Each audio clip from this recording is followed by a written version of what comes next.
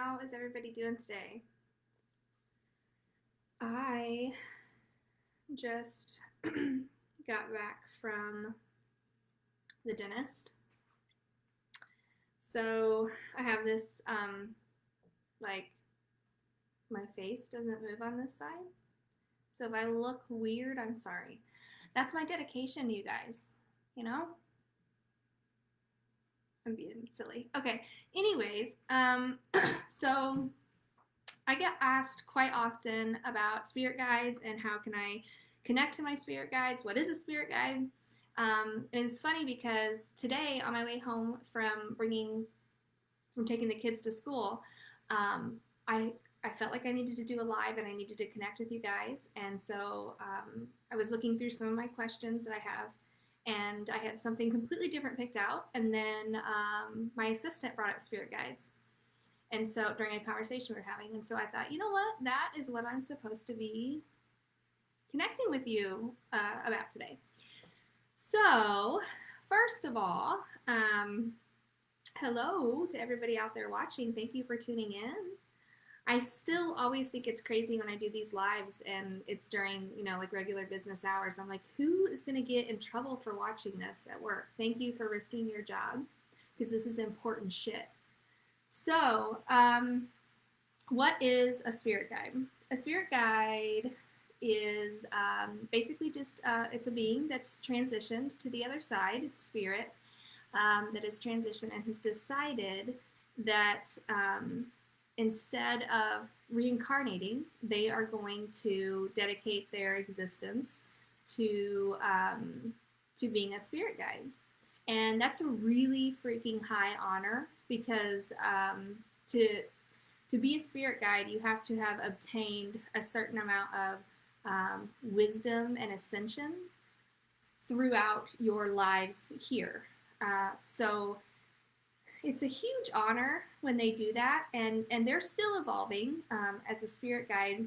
Instead of coming back down to Earth, instead of reincarnating to continue their evolution, they're going to do, and their ascension, they're going to do that as a spirit guide. So, the fact that we even have spirit guides is just a really incredible, beautiful thing. And we do. Every single one of us has spirit guides. And like I said, they are beings that have mastered a certain level of wisdom, and so they're here to keep us safe. They're here to guide us. They're here to help us find our niche and our purpose in life.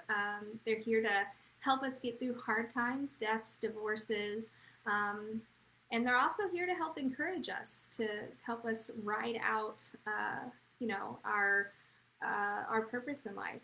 So in the beginning, when I first realized that I had my ability, not only were spirit guides not in the forefront of my mind or even on my map of things I need to explore, but neither was meditation. And I know a lot of people find that hilarious because it's like the one person on the planet that should be meditating is me.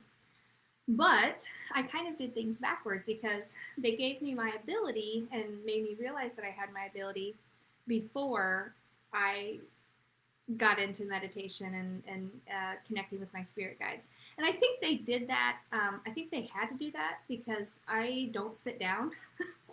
I don't sit down and I go 100 miles an hour. And so they're like, this idiot is never going to sit down and meditate. We're just going to have to let her realize in real time that she has this ability, and then maybe she'll come and work with us. So that was kind of how it was for me. And here I am, 6 years into doing this, 5 professionally and 10 years total, and I am just now getting to a point where I feel comfortable enough talking to others about their spirit guides. Because in my mind, that was something that was between you and your spirit guide. You couldn't find this in a book, and I still kind of believe that, I still do believe that you can't find your spirit guide in a book, maybe through meditation that you get out of a book, but this is going to be between you and them, okay? So with that being said, how can we communicate with them? I feel like the first step to communicating with your guides is going to be acknowledging their existence. So many of us, me included, just like I told you, didn't. I believed that I was getting my information from a higher power, but because I couldn't see them, it was very hard for me to connect with them, right? And that seems to be the issue across the board. So acknowledging their existence is the first step. And the second step, and this can be done at the same time as acknowledging their existence, would be starting dialogue, right? Start talking to them, which in a normal, and a lot of you are probably out there thinking, if I start talking to something that doesn't exist, I'm losing my freaking mind. And I completely understand that, but I can guarantee you some of the most amazing premonitions and guidance that I've ever received is directly from my guides. So here's the trick. You can communicate with them in a couple of different ways. Meditation, by sitting at the edge of your bed, focusing on your breathing, and trying, most importantly, because this is the most important step to meditation, staying in the present. What we tend to do when we sit at the end of our bed is think about everything that we need to do when we pick up the kids from school, or the fight that you had with your boyfriend last week, or the fact that the dishes, you're constantly bouncing between the future and the past. And in meditation, it's important to just be present. What you're doing right now is you are sitting at the edge of your bed and you are breathing and you're focusing on your breathing. And that will help you get into an altered state. And once you get into that altered state, the human mind is amazing. You can really create these beautiful spots to meet with your guides. And for me, that's been the most helpful thing, is having a physical spot in my mind where I am meeting my guides. For me, that spot looks like this, and it's like this every time. I'm on a beachfront, and it's beautiful, 72 degrees, 68, whatever, and it's heavily overcast because I'm obsessed with overcast. So that's what works best for me. That puts me immediately into a serene moment, and it allows me to stay in the present. It's kind of hard to be in the present when you're just looking at the back of your eyelids, right? So finding a common ground, a common spot in your mind. It's not a physical place, but to you and to your guide, it's going to seem like a physical place. So that would be the first step, okay? And you can make your entire meditation around this. Every single time you sit down and you go to that place in your mind, and then you see who shows up. And that's how I met my most recent guide. About a year and a half ago, I was on my beach, and this beautiful long-haired, gray-haired woman came up to me, and she said, "Hello, I'm Gwen, and I'm one of your guides." And that was a really pivotal, powerful moment for me, because I hadn't met one of my guides in years. I'd had a session where I met a few of them, but there was just something new about this. So spirit guides do not have a form. They don't have shape. They don't have a name. But humans do really, really well with form and shape and names and existence. We need to see those things. So it is perfectly okay for you, and I call them a human avatar. I don't know if that's the correct thing to say, but that's kind of what I think about. When I put their existence, their intelligence, their wisdom, their guidance into form, it looks like I'm giving them kind of like a human avatar to come and give me my advice or guide me. So you want to create a human, put a human face to them. How do they look? I have one guide named Roy, and he looks exactly like a guy named Roy that I worked with once at a bank. So you have to give them a physical avatar, face, name, whatever. It's going to be that much easier for you to get your messages and to communicate than if you just are focusing on a voice in your head. So that would be, the first few steps. Acknowledge them, start creating dialogue, find yourself a place, a common meeting ground that you can go to in your mind when you sit down to meditate, and wait for them, expect for them to show up. You might even begin a spirit guide journal.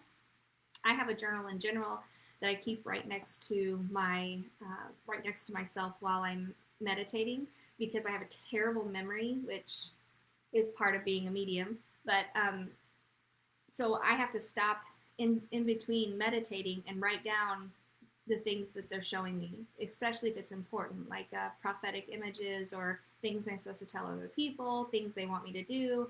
I used to only be able to meditate for a good 2 minutes, and now it's almost addictive. You sit down and you're like, what are they going to tell me today? What am I going to see? What's next?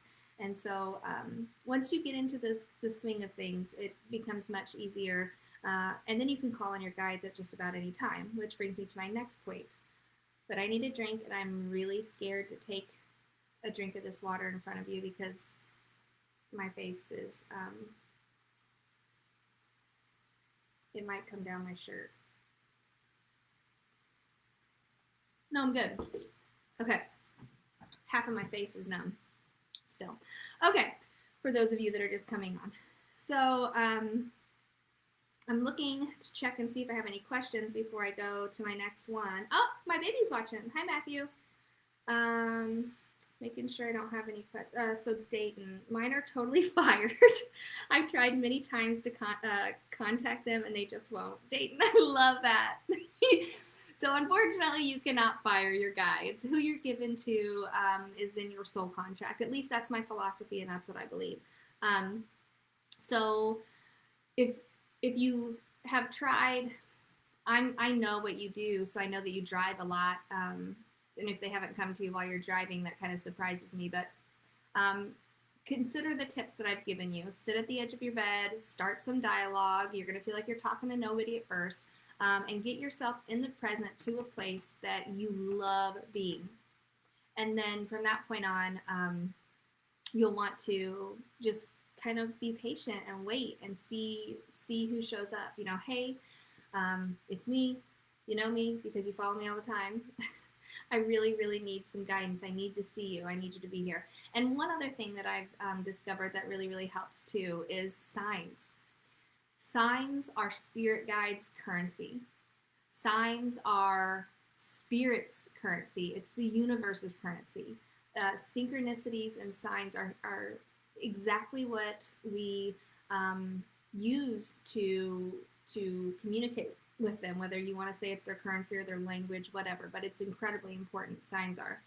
So consider saying, if my spirit guides are with me, would you please show me a hummingbird or whatever, a cat, something. Try to pick something that you're not going to see everywhere. One time I asked my spirit guides to show me an Easter bunny, and my stepdaughter came running in with a little bunny, but it didn't say Easter on it. And I thought to myself, am I going to let that, is that a good enough sign, or do I need a signier sign? Don't do that. Just take it for what it is. If they give you a sign, don't get insanely specific. They're doing the best that they can. But yes, ask for signs. That can really help. And the other thing that I was going to say right before I took a drink, and this is probably,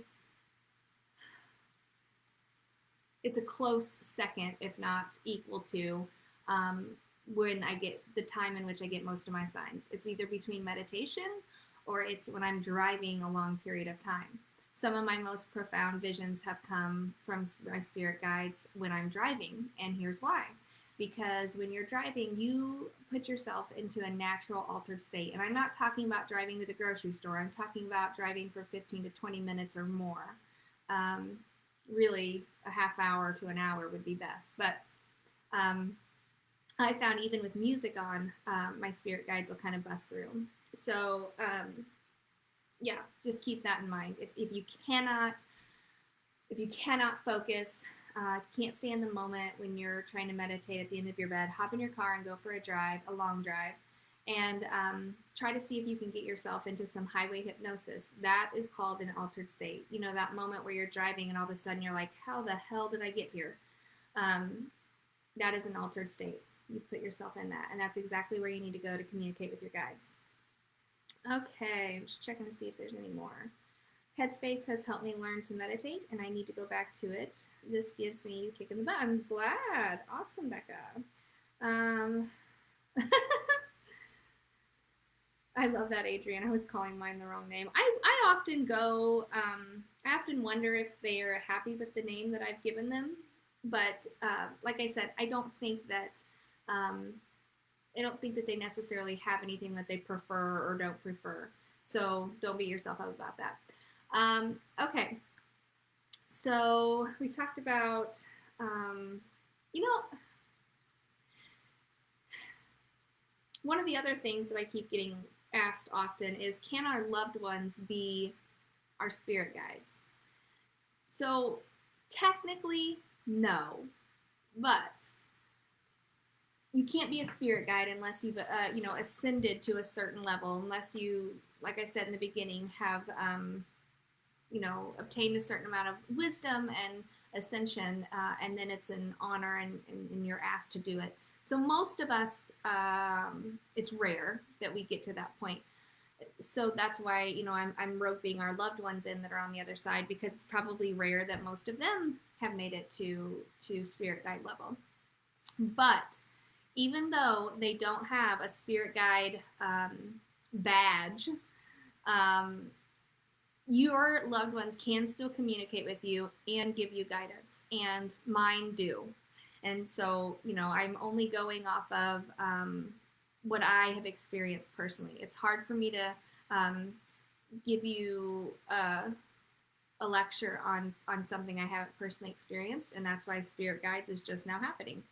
But I have experienced my loved ones on the other side giving me guidance. So is that because I'm a medium? Probably, but your loved ones can still give you guidance. I've told you guys that a million times. You do not need a medium to communicate with your loved ones. Just ask for a sign. But yeah, so I say a lot of times that my loved ones are my guides, and that's because I feel guided by them. But if we think about all the different hats that some of us wear, and we are not certified to do those things, is pretty common. That's okay. That's all right. Okay. I'm looking to see if I have questions on here on my phone. I have to follow you guys on my phone. And then talk on my computer. Dreams are also a really good outlet to experience your guides, but some of us don't dream, me included. I very rarely will have dreams, and I do sometimes, but it's rare. But that's another common place that you could meet. Numbers are so freaking huge to me. I don't think people take enough, and I could do a whole hour on numbers, but I don't think that people, take numerology for granted, honestly. We've been programmed to not believe that everything that we see is a sign, that things are just a coincidence, synchronicities aren't real. I look up a number probably 2 or 3 times a day. And I'm talking about weird numbers, like the number on the back. If I'm thinking about, do I want to take this trip? And I come up on a semi that's got a big 978 on the back of it. You know what I'm doing? I'm looking up what 978 means. And I almost always, it's rare that I don't get the answer that I'm seeking, or the guidance that I'm seeking, or another way to look at things. It's just, it blows my mind how well spirit can communicate through numerology. So there's that whole other world out there too. If you want to just cut straight to the chase, ask for a number. You can do that too.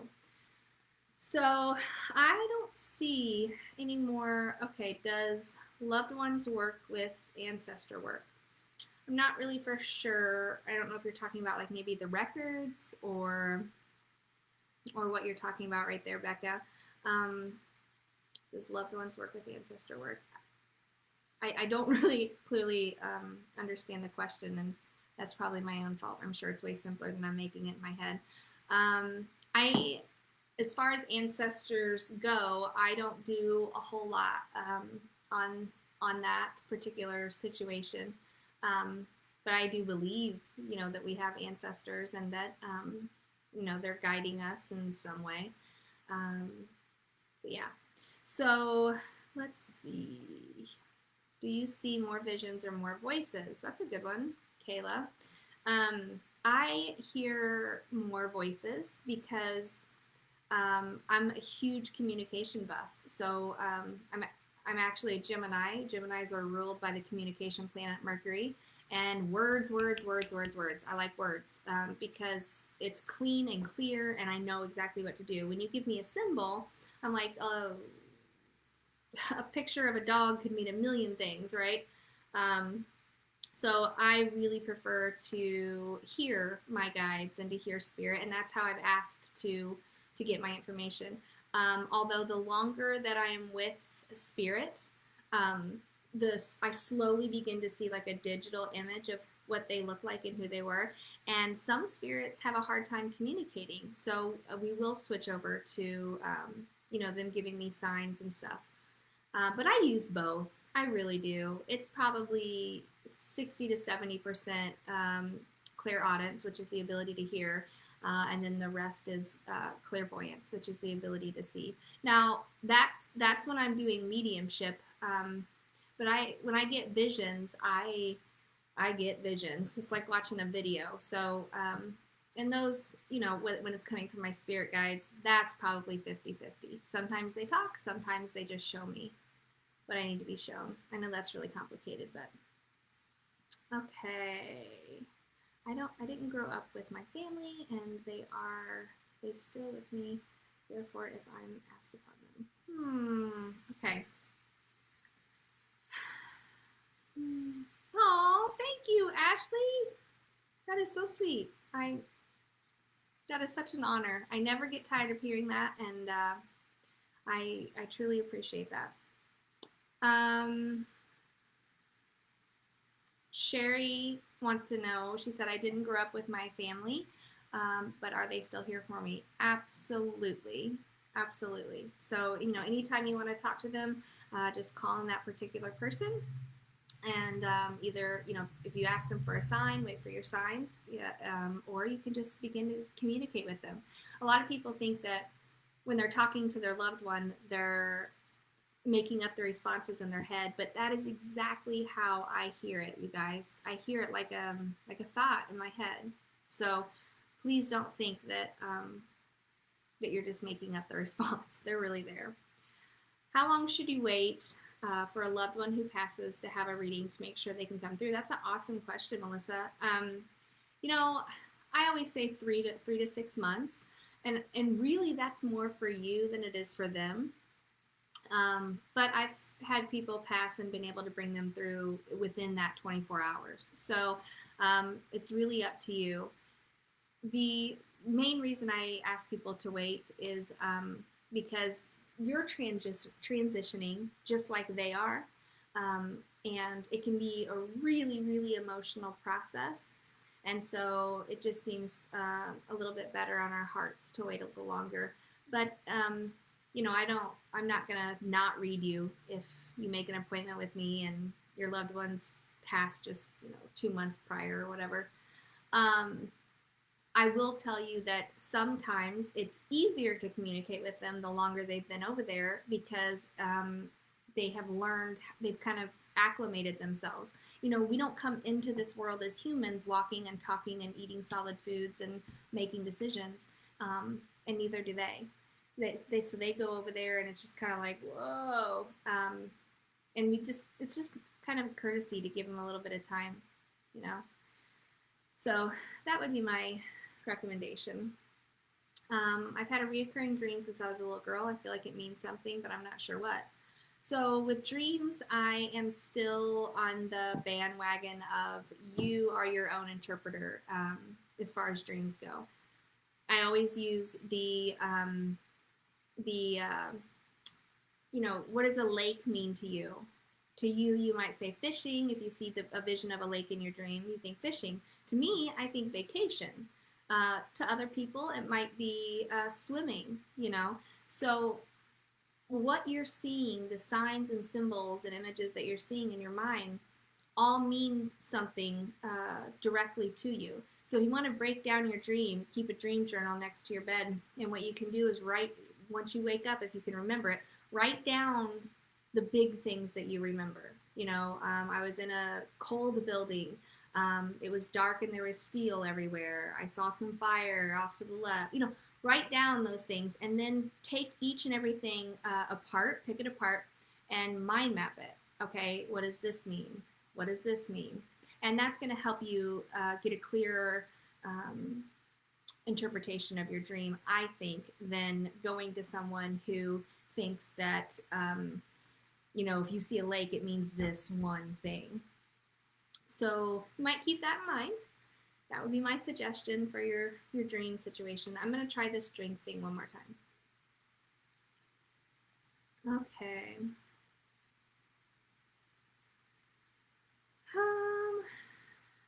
All right, so what I'm going to do is I am going to leave it there for today. I got to go get my babies from school. If you have questions, feel free to message me. Just please, please, please be patient because I'm still getting through messages every single day. So thank you so much for chilling with me for a half hour. I hope that you got something out of this. And I look forward to hearing about some of your guide stories. So, all right, I'm off. You guys have a great rest of the day. I love you.